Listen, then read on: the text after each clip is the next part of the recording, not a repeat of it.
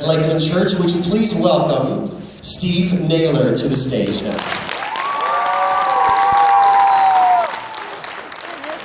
Everybody having a good time? Yeah! Hey, I want to start off just by asking everybody a favor, please. Who's ever praying for all this snow, would you just please stop? I mean, I'm from Texas, and this is just getting to be a little bit too much for me. You know, I mean, it's so much snow. I'm praying for the snow. Will you please stop? Anyway, I mean, it's so much snow that people driving, they're actually starting to complain about how hard it is to text. Man, the other day on I-94, it was so cold that I saw this hitchhiker, and he was just holding up a picture of a thumb. And if I give you the cold shoulder, it means because I literally have a cold shoulder. Anyway, I want to tell you a little bit about myself. I'm single, and it's not for a lack of trying. I mean, I've tried all these dating websites like eHarmony, ChristianMingle.com. After about 3 months into it, I finally landed myself a date. Anyway, I called this girl up, and she said, I just asked her, I said, where do you want to go out on a date? And she was real snooty. She says, I want you to take me somewhere expensive. So I gave it a lot of thought. Date night came up. I go over to her house, pick her up. She gets in the car. So I just take her to the gas station. And,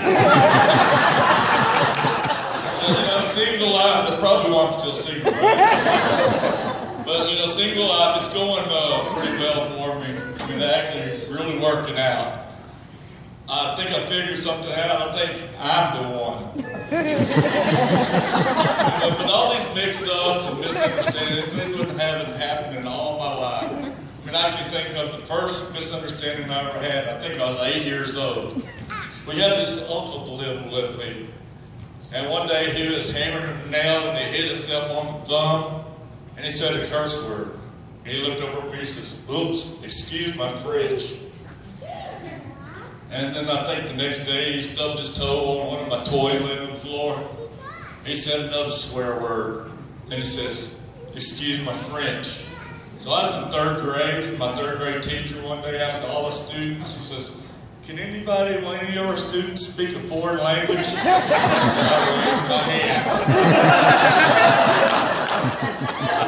Now the most recent mishap happened to me the other day at the Walmart. I was over at the Walmart. I want to give everybody a piece of advice. If you're at the Walmart, you're in the checkout line, and the checkout girl tells you, strip down facing me, she's referring to your credit card. You know, I mean,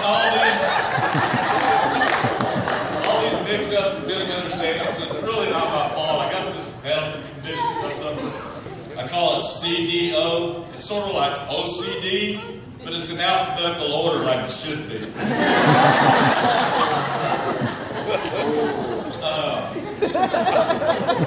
want to tell you all a couple of stories. I had this grandma. She died a couple of years ago. We called her Nanny. And in her earlier years, she always wore a hearing aid, but one of her hearing aids went on the blink. Poor lady couldn't hear a thing. So me and my 2 sisters, we decided we was going to chip in the money and buy her a brand new set of hearing aids. So she got these hearing aids. I went to visit her one day, and she would just keep going on and on about how great these hearing aids were. She would say, Stevie, these hearing aids are the best money can buy. These hearing aids are the best on the market. And I go, well, Nanny, what kind are they? She goes, 1030. Then one of her new hearing aids in her left ear went out, so I had to take her to the hearing aid doctor. So the hearing aid doctor, he got a pair of tweezers and a flashlight, looked at her left ear and pulled it out and says, well, ma'am, this is not a hearing aid. This is a suppository. She goes, oops, now I know where my hearing aids are. One last story about my nanny. Later on in her years, she had to go into a nursing home. So I'd go visit her all the time, every time I could. And the funny thing is, she kept a bowl of peanuts sitting on her nightstand. So I'd sit on her bed and we'd visit, and I'd joke around with her, and I'd be eating those peanuts and talking to her. And I almost ate all her peanuts, and I was like, well, Nanny, don't you want some of your peanuts? She goes, heavens no, I can't eat those things because of my dentures. I said, well, why on earth do you got these bowl of peanuts sitting on your nightstand? She says, oh, I just like to suck the chocolate off of it.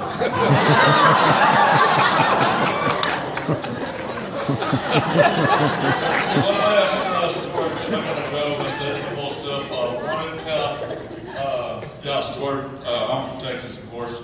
My best friend Jody, he lives down in this little town called Scotland, Texas.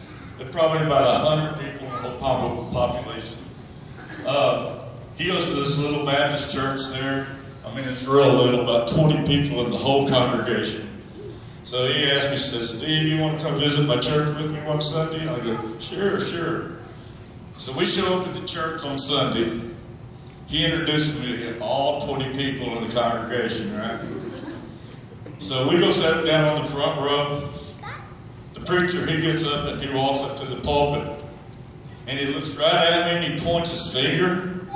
And he goes, Brother Steve, I want you to say the opening prayer, please. And I mean, I'm a new Christian, first time at this church, and I was a little appalled that this guy wants me to say the opening prayer. But I stood up anyway, and I don't even know what I said to God. I got through the prayer somehow. I was real nervous. We said, I said amen. Everybody sat back down. And then my friend Jody, he elbows me in the ribs, and he goes, you know, that was a really nice prayer. But he was talking about Brother Steve sitting behind us. Anyway, I got to go, everybody. I said something and everything, but I want to leave everybody with the word of wisdom and a piece of advice. In life, always give 100% in everything you do, except if you're donating blood. Thank you, everybody.